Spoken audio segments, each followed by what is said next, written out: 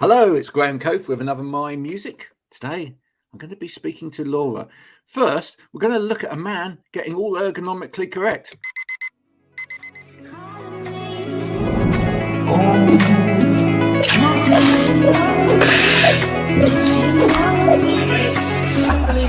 I need to get going, Mel. See you later.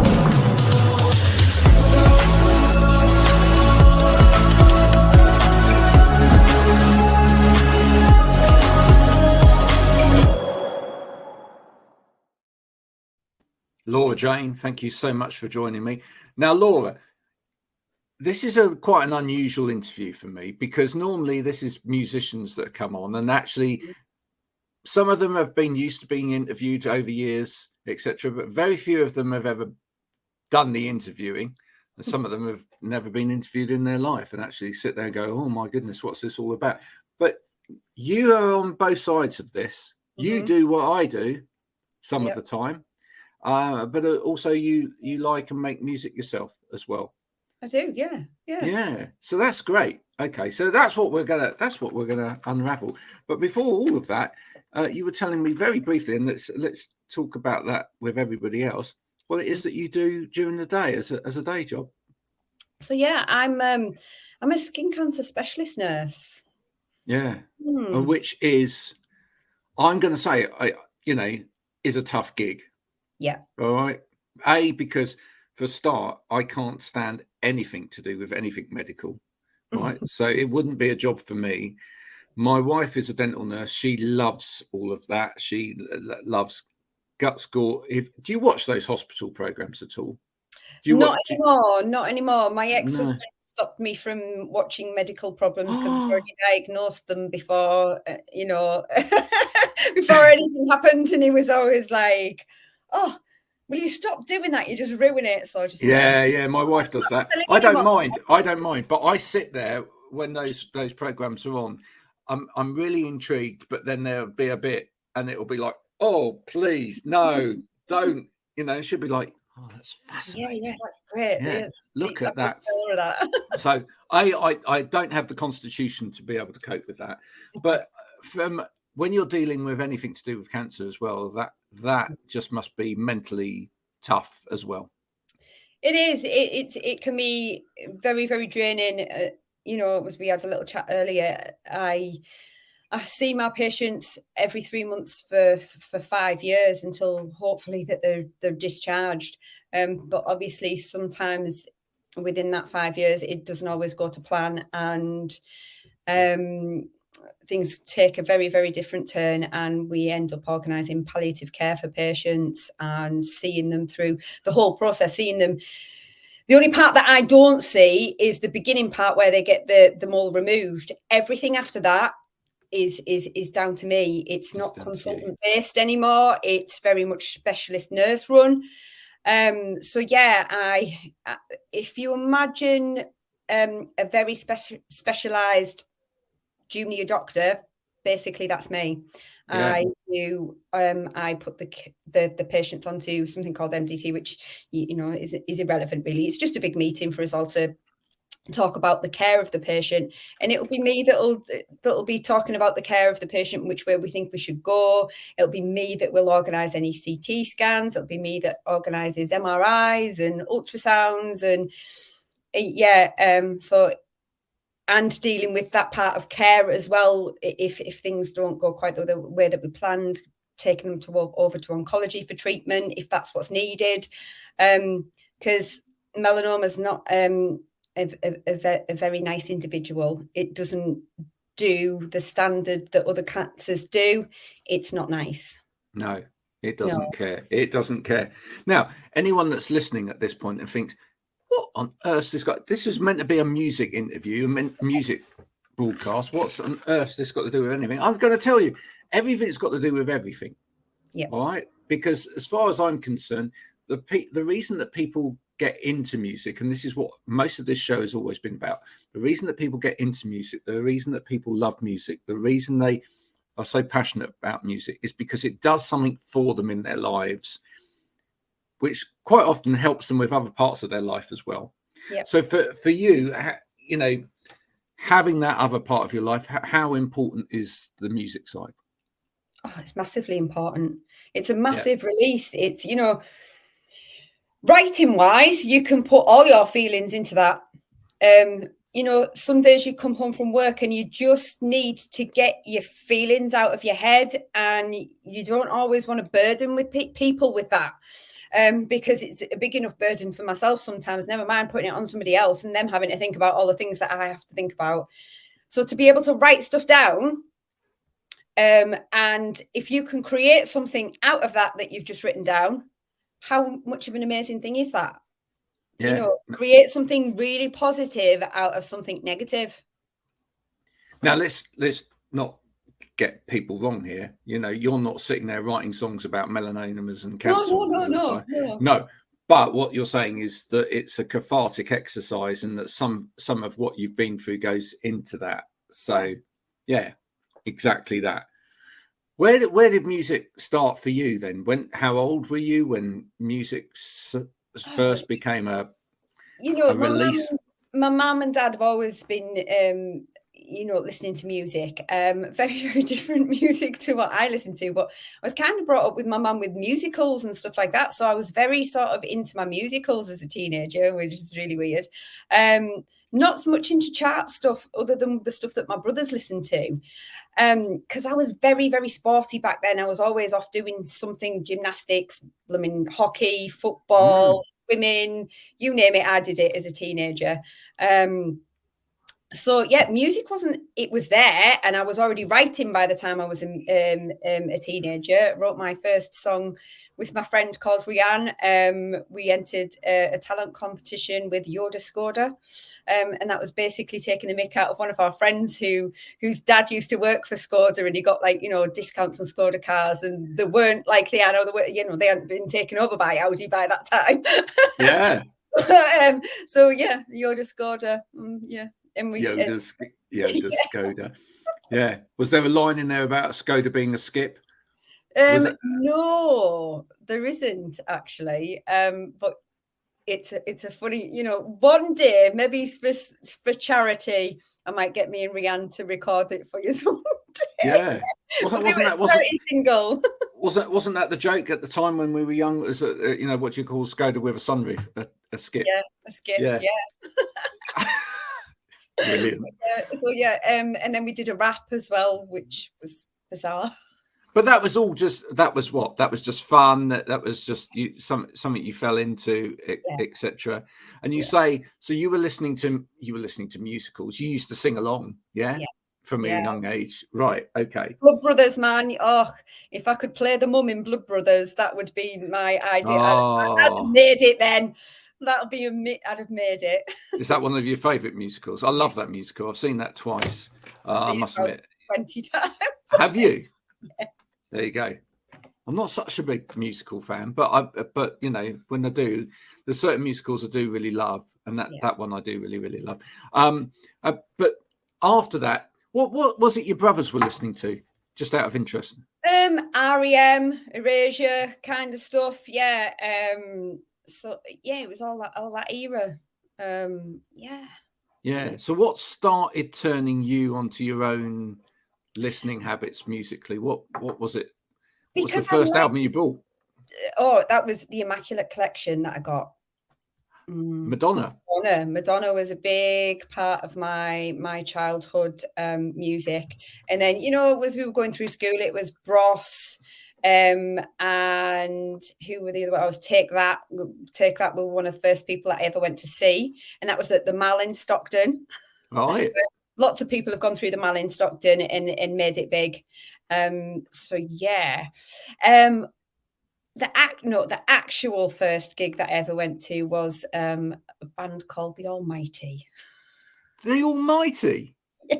So really heavy, like heavy rock. Really heavy rock, yeah. Wow. Yeah, so I love Skid Row and things like that. So, and they were teenagers. It's like, where did you see Almighty? At Middlesbrough Town Hall. Oh my word! What sort of year was that? A long time ago. Can't remember. No, just interesting. We have a connection there. We do have a connection there. The Almighty, I interviewed them at Newcastle Civic Hall in the 90s. Yeah. So maybe it was about it the same sort of it will have been the 90s. Yeah, it will have been. Yeah. And they were doing mental because we, you know, first concert me and my friend had ever been to, it was Rihanna again, actually. And I think we were about 14-year-old, and we turned up with our little black t-shirts and little black mini skirts, and we piled in with all these massive, great big biker guys. And we got right to the front because we were so little, and we were just being bounced off the floor by, you know, in the mosh pit, bounced off the floor by all these massive, great big guys. And at first we were like, oh my God. And then we were just like, balls, and just go for it. Yeah. Go for it. Absolutely. They were actually, I don't know whether it's the same tour or not, but when I saw them, they were supporting Motorhead, who are the loudest band that I ever saw. I stood right at the back of the hall and my ears were bleeding. Oh my God. That's how loud Motorhead are. So I mean, it sounds like musically you've had a diverse journey. You're not really necessarily sort of taken with one sort of music or another. Although I kind of picked you up via Twitter, which is where, you know, we both spend a fair amount of time talking to other musicians, etc. And you seem to gravitate more towards the sort of indie scene of music. Is there a particular reason for that, or is it just where you've ended up? In all fairness, it is just what catches me. I don't have a specific genre that I listen to. I will troll Instagram, Twitter, Facebook for things that catch me. And that's my musical taste. I can go from listening to a piece of piano music to that really, really heavy rock, really heavy metal music. It just has to engross me. It has to catch me. It has to have that little something that just catches my ear. So it doesn't matter to me whether it is, you know, country. If you listen to Loud and Lush, you'll see the diversity of my music. I cannot stick to one thing. There'll be a bit of rap in there if I think, wow, yeah, I've listened to that and that is brilliant. And rap is my least favorite, I will admit. It's not my thing. Not your bag, baby. No, not my bag, babes. No, but yeah, it just, my musical taste swings so much, and if it catches me, and it gets played. It's as simple as that. Absolutely. Now, you mentioned Loud and Lush. Explain to people that haven't ever listened to you or met you before what that is. So Loud and Lush is usually around about 2 hours of marvelous independent music. I'll sometimes shove an interview in there if I get approached by somebody saying, you know, do you fancy interviewing the band? I tend not to chase that so much these days, simply because time consuming. You know, by the time I edit the show and then edit another piece to try and fit into it, I mean, it doesn't matter if it runs over the 2 hours, but a lot of the time it does. And sometimes I can interview people and we talk for a full hour about cheese, which was Nice Guy, which is just absolutely mental. And that's the way that my interviews go. We keep them really, really, it just goes with the flow. Whichever way the direction goes within them interviews is the way it goes. And I just like it to just sound like you sat with your mates having a chat and a really, really good laugh. But yeah, people send me the music in. At one point, I was trawling to try and get the music because I didn't have quite so many people following me. Now people chuck it at me, and sometimes I can't even fit it in the 2 hours that I've got. So I have to be a little bit more picky. But I always pass it on to the rest of the DJs that are on From the Holler. Yeah. Okay. So where does this get put out? So yeah, Loud and Lush is on From the Holler. So it's actually an American station, and it was a lady called April Ray who contacted me to see about starting the show because she'd listened to the Hit It 1000 playlist that I started with Andy, and that's where it really started for me with the music. I'd gone on to Twitter to support another friend of mine, Andy Davison, Feed Your Wolves. If you haven't heard of Feed Your Wolves, please have a little listen. And And I just found this amazing community that was sharing music and doing loads and loads of just daft stuff throughout COVID to keep everybody entertained. And it was just amazing. Yeah, I'm so pleased you say that, because, especially over on LinkedIn land, because I run a social media marketing company, and over on LinkedIn land, so many people go, oh, Twitter, it's so bitter and horrible, and people, no, but that it's an impression that's there, that Twitter is the kind of, when it comes to content, it's kind of the evil place. It's where people speak their mind, and there's all of that. Yeah. But personally, I think there's all of that on every single platform that there is. And it's partly to do with who you build up around you. But for me, having created specific content to do with music on Twitter, I've just found it's been a lovely group of people that have contributed and come around, because, we have this thing in common. For me, it's very similar, actually, to the experience I've had with following some of my favorite bands over the years. I make no bones of saying that I'm a big Marillion fan, and it's always been, whenever we've gone to gigs, people will give each other lifts even though they don't know each other. People will lend each other money. People will just do anything for each other, and it's a big family. And I just think it's exactly the same. It really depends who you put around you as to what kind of thing you're going to get back. It's like, if there's ever any negativity on something, I do tend to step back away from it, because it's not a place I want to be. I don't go onto Twitter to be that person who's going to start an argument with anybody or continue an argument with somebody, because at the end of the day, people like that just aren't worth it. They're not worth your connection. I will comment on things, obviously, if I think, wow, that's really out of order, and you shouldn't say things like that. There might be the one comment, and I would still say to that person, that's your opinion, this is mine. And that's absolutely, let's leave it there. Everybody's entitled to their own opinion on something, and then I would literally step away from the conversation. But I can count on one hand the amount of times that I've ever had to be in that position. Yeah, that's the way I tend to deal with it. It's very simple.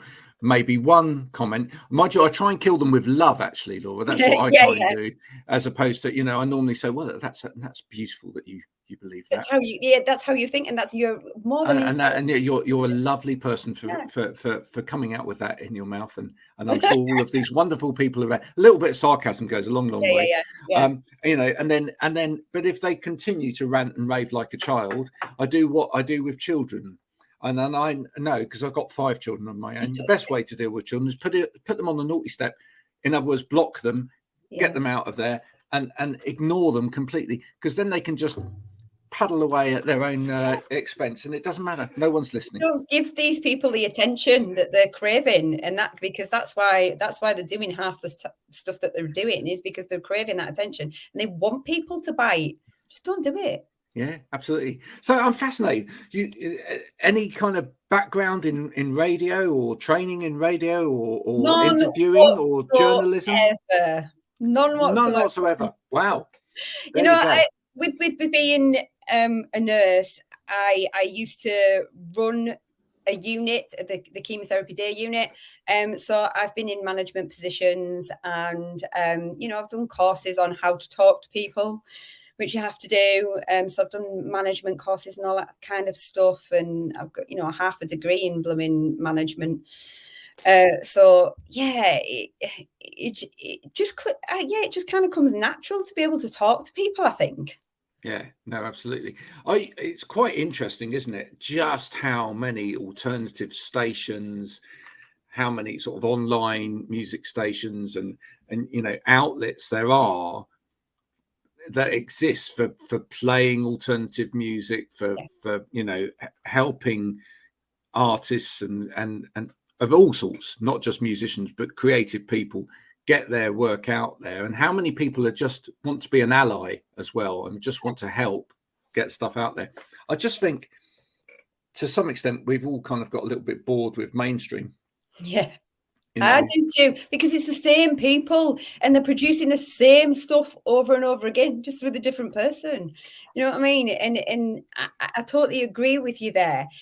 And it's just trying to get people to actually listen to these other bands that are out there. And because sometimes I just listen to a song and I'm like, oh my God, how have people not picked up on this? How are people not listening to this music? Because it just smashes the mainstream stuff out, Oh, yeah, it's just rubbish, some of it. Absolutely. I mean, I just think even in the past week, I interviewed a young lass from Scotland called Sylvie, and you listen to her. Sylvie well. Yeah. Girl. And you listen to her voice and you just think, oh, she's special. God, that is an amazingly special voice. Yesterday I interviewed a band called Starry Skies. Do you know them? No. Oh, and their album, Sublime. I mean, it's just absolutely amazing, right? Yeah. And you just think, yeah, you listen to some of the stuff, pap, that's coming out on the radio and in the charts, and you just think, what is going on? But the fact of the matter is that, there is an audience for these people, and I think people are getting hungrier. The fact that a lot of our music is now curated for us, which it wasn't when I was a lad. Well, to some extent it was. There was still radio, there was still national radio, etc. But you physically made choices in record shops and stuff like that. You went to you went to a record shop. You decided what you were going to buy, and you had to invest physically in that. And that was then so precious. Right, and just go, I'll see what that is. Yeah, absolutely. And one of the most annoying things about that, and I constantly talk to my eldest about that as well, is the fact that the some of the younger generation are like, yeah, but you can just listen to 20 seconds of that and then you can decide. No, you can't. You have to learn to listen. And I've talked with artists that have come on this program before now about that. I said, the thing that we had going back when I was young is that those kind of communal sit round somebody's house and listen to an album, and take it in turns to be patient and hear what someone else had, meant that you had to develop a patience with music. You had to sort of, sometimes sit there and listen to stuff that to begin with you perhaps didn't necessarily take to. Yeah. But what's great about that is you learn an appreciation, right? And with time, as you mature, because you do, the more music you listen to, for example, the more your ears mature, I believe. That with time you actually start to go, oh, do you know what? There's something in that just can't put down, and then you really start to get into it. And yeah, the big issue with this kind of 20 seconds then skip, 20 seconds and skip is you're just not giving music enough chance to filter through. It's almost like, oh, I don't know that one. I don't know what that word or that term annoys me more than anything. I don't know that one. I don't know that one. You're never going to know it because you're not listening to it. No, of course you don't know it. you don't know any song until you're saturated with it, And the problem is that we allowed ourselves to grow into things when we were younger, and we allowed ourselves then to become saturated. These days, it's whatever's got the money behind it. Yeah. On a playlist, on Spotify or whatever. That's what everyone else is listening to. Yeah, that's what you will get into your psyche, because that's the saturation. Everything else is not there. But fortunately, the people that will be listening to this now, and sometimes we capture the odd one or two extra, will be those people that go, and if, do you know what? The reason I do this, Laura, is if I can hit one person and start changing their mind to go, do you know what? I should really give music a bit more chance. Yeah. I should really start to listen to music properly. And that's what it's all about. Do you agree? Absolutely. I mean, people on my socials must be absolutely sick of me, people that are my friends and family, because they'll be like, oh, God, here she is again with another bloody one. Just listen to it. Just listen to it. Listen to this song, and you will be blown away by how good people are. I mean, I've been trying. Have you ever heard of Lenny James? Yeah. So Lenny's song is still under 1,000 streams. How is that song still under 1,000 streams? I just don't get it. And I'm so privileged to be going through sort of Lenny's journey with him and listening to the stuff that he's got coming out. It's amazing. His voice is just, and everybody should be listening to it, because if they're listening to Rag and Bowman, he is equally as good as Rag and Bowman. He's just not getting that exposure. And if I can get, as you say, that one extra person to listen to his music, I will get that bloody song over 1,000 streams if it kills me. Good for you. And my mate Troy, if you're listening, now you've produced songs for Rag and Bowman, so if you're listening, this guy's got a good voice. Oh my God, he's amazing. Right. So listen, get him over onto Sony. There we go. Little plug. Go on. Do you know what? One of the things that I tell a lot of the artists to do, and see whether this resonates with you as well. One of the things I tell artists to do is start to think really clever about how you put your music out as well.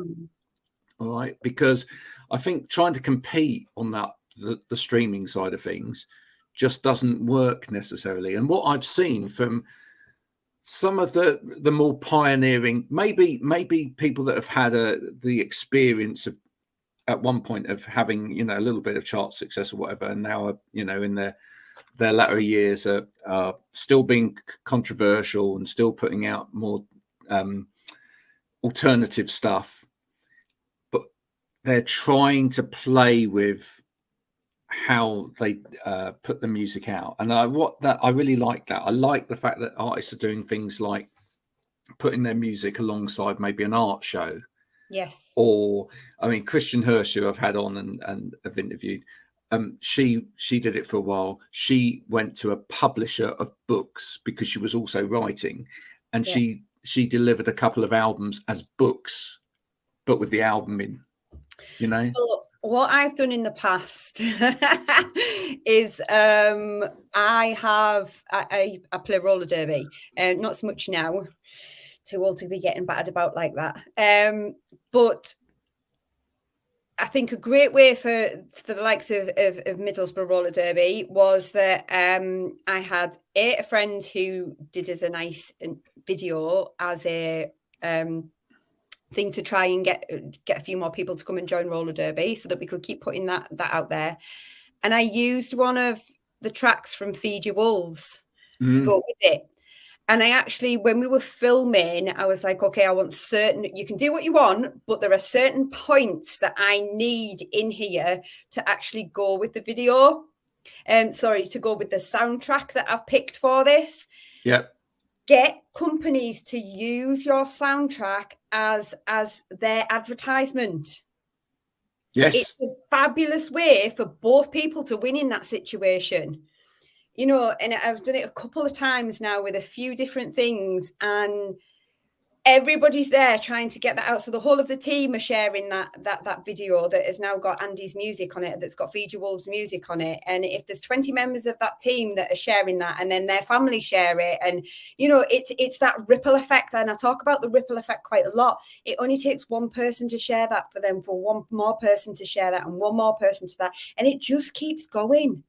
Yes. You just need to think about it with a little bit more of a business head on, and to be able to create all those different opportunities to get your music heard. Approach all the sports teams, make a little video. It's easy to do. It is easy to do. If you want high quality video, just say my son's just come into the business now as well, and he's a filmmaker. Yeah.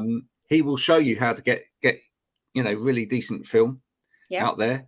He'll put together a group of students for you to film a masterpiece. They can do it for me. I Yeah, if you want a pop video, if you want a pop video, it costs you, but if you want a pop video on a budget that's going to look like Hollywood stuff, I mean, he's won awards from Netflix, etc. Right?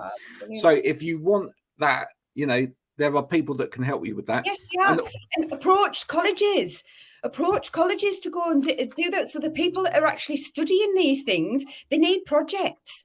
Yeah. Approach colleges, get them to do it. Approach local artists that are musicians, get them to put, get everything together. So the businesses need to be promoting, approaching the artists to be able to do that.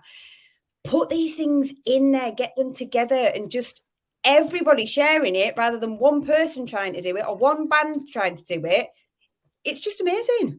Absolutely. And also, I'll just mention very quickly there as well. I have a friend called Jim, who's a bit of a madman, but he's brilliant. He makes scary electronic music that would scare cats. That's what he says, right? But he's recently created a distribution deal with TikTok, because TikTok have got a different part of the platform now where artists can actually make money out of their music by other people using it, right? And he has a sort of label, if you like, now on TikTok. So if artists are interested in that, you want to get your music on TikTok, and here do all of the paperwork and everything else and whatever for you, right? But if you're interested in making money by people using your music on their TikToks, we're copy Jim in on this as well. So there's so many ways that you can do it. Yeah. That's a beautiful thing. I knew we'd talk about this sort of stuff, you see, when you came on today. What do you find most difficult when you in a minute we'll talk about your music, but what do you find most difficult when you interview people? Oh, what do I find most difficult? I suppose I like to try my hardest to get different questions to what everybody else is asking people. So I tend to come up with some stupid, funny ones instead. And that can be hard trying to keep the funniness going, I suppose.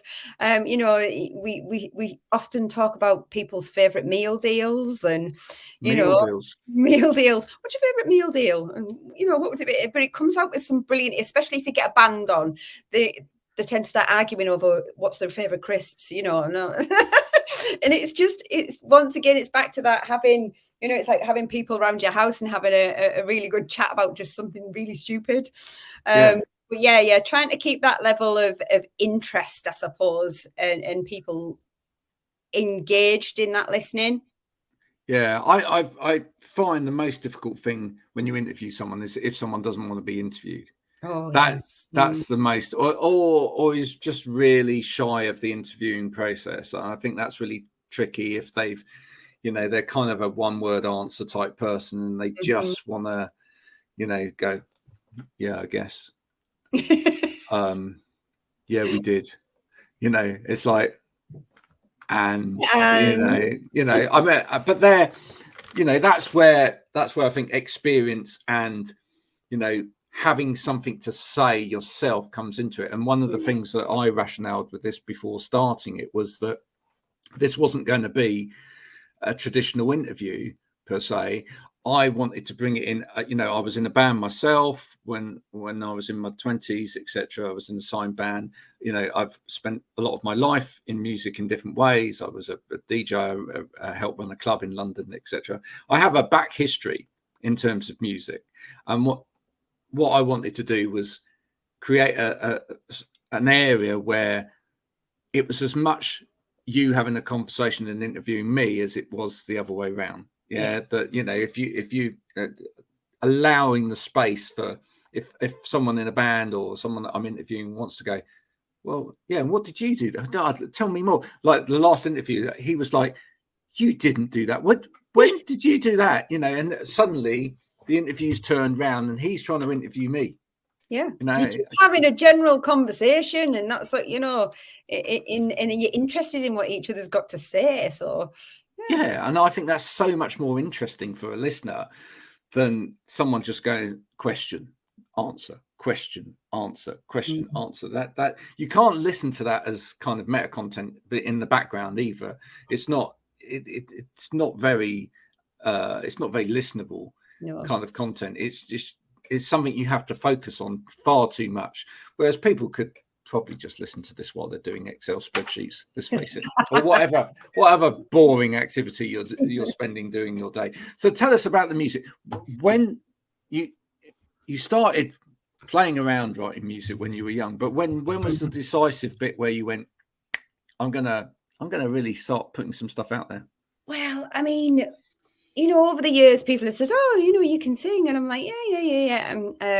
I'm gonna tell you something that I've never admitted on an interview.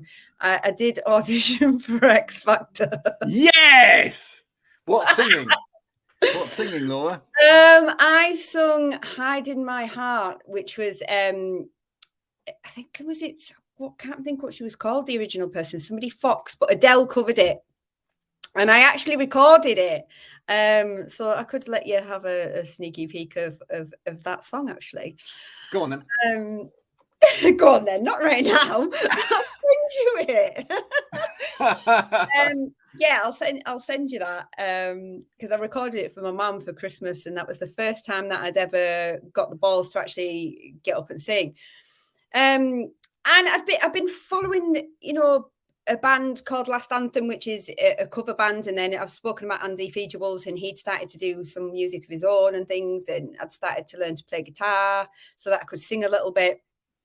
And this was before lockdown, and the band kind of just kept encouraging me all the time. And then one point, one Christmas, Andy wasn't feeling very well, so the whole place was up shouting "Laura, Laura, Laura," and I ended up getting up and singing a little bit of acoustic stuff with them guys at one point at Christmas, and I just enjoyed it.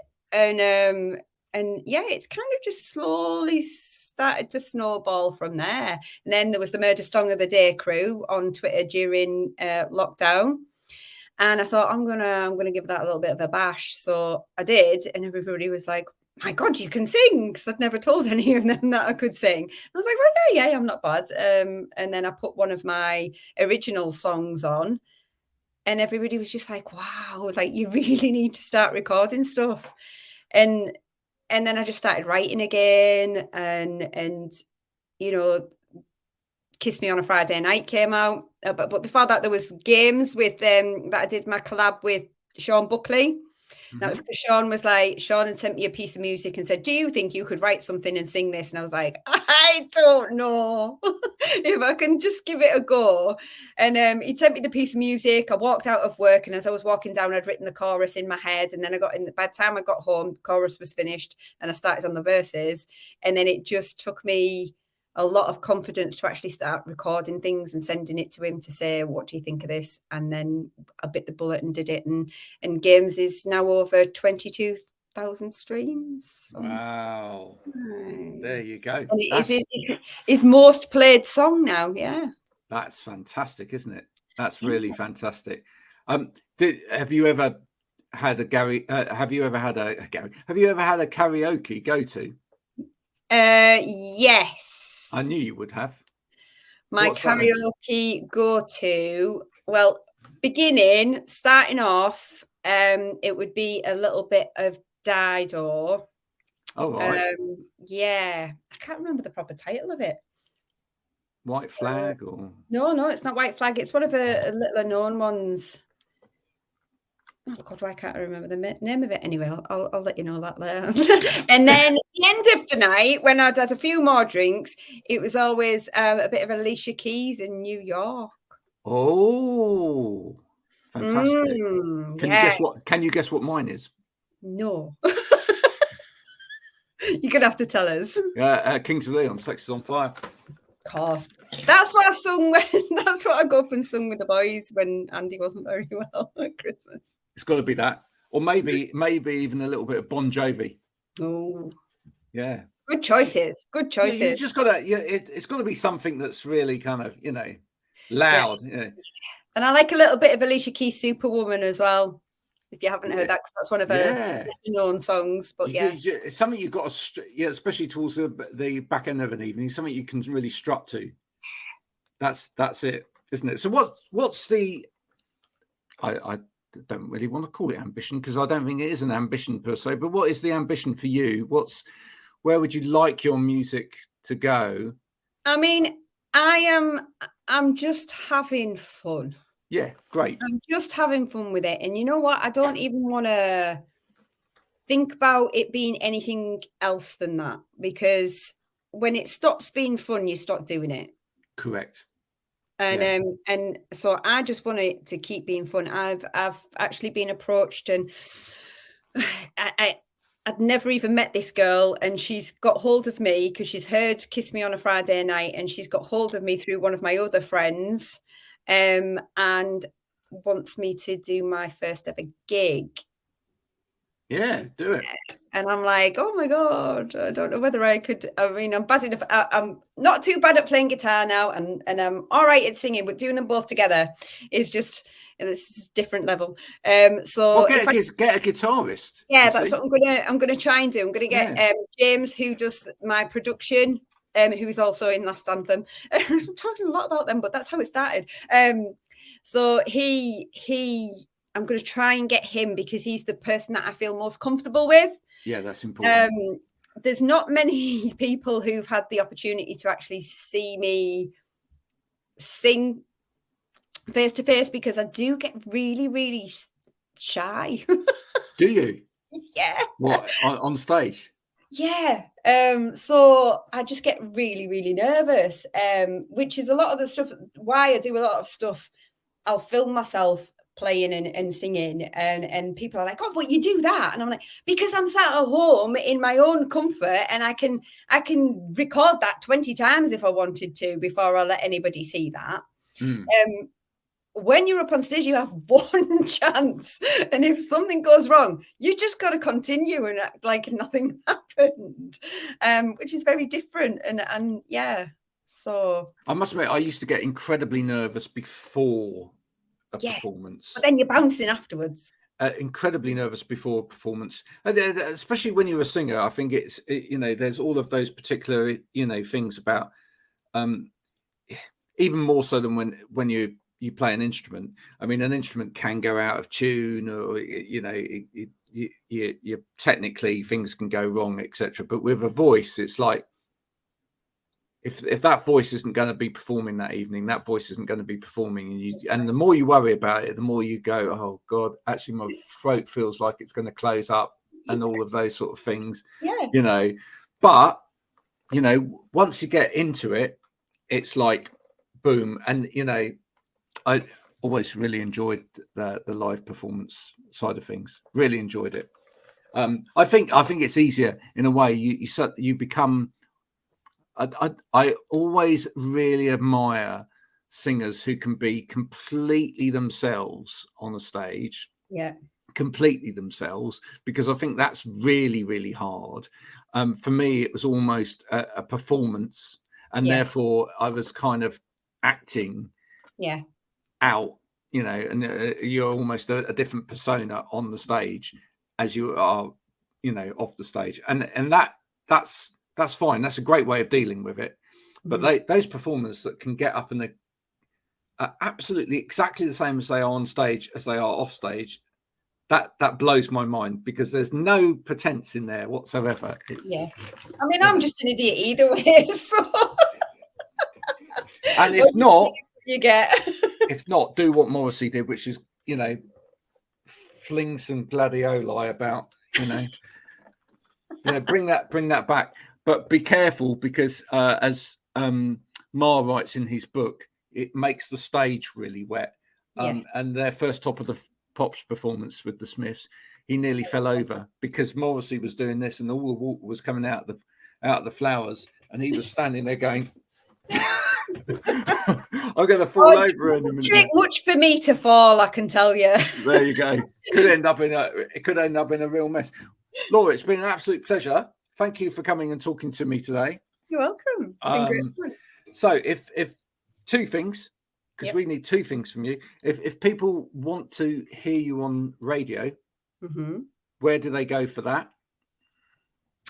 I mean, I'm on all the platforms. If you want Spotify or anything like that, radio wise, so a lot of them are linked to Spotify, as in you can just get them on there. It is usually From the Holler If you just type in From the Holler, it'll bring the radio station up. Yep. And you should be able to get playbacks and everything on there. But it's usually 5 p.m. UK time on a Sunday for Loud and Lush. Shits and Giggles, which we haven't talked much about. But everybody knows about Shits and Giggles. Everyone knows about that. That not is the name of a cocktail, by the way. It is not. That is usually the first Monday of the month, and it's usually at 8 p.m. Sometimes it's the Tuesday, depends what whether we've got listening parties going on, and that is on In Your Ears Music, or you can catch it on Mixcloud. There you go. There you go. And as far as your music is concerned, Laura Jane. Laura Jane. Just look me up. Laura Jane. There you go. Look it up on whatever platform that you want to. One day you might see a nice Laura Jane album in the flesh. Would you have it on cassette, CD, or vinyl, or all three, if you could? Oh, I mean, the thing with cassette is they break so easy, don't they? Yeah, but then people have to buy another one. Yeah, people do have to buy another one. That's true. But yeah, I think we might go for a bit of a vinyl. But even CDs are on their way out, aren't they? No, what do you do? Making a comeback. Do you think? Yeah, no, it's a well-known. Actually, it's a statistically known fact, Laura. CDs are starting to make a comeback. Bought me something today. all physical formats are making a comeback because I'll tell it you all why. then. Because and it's something we were talking about on our Friday morning show, social media show today. The reason being that that's happening is because some of the cloud-based libraries are starting to shed music. So if you think about it, we're in what we now call the second wave.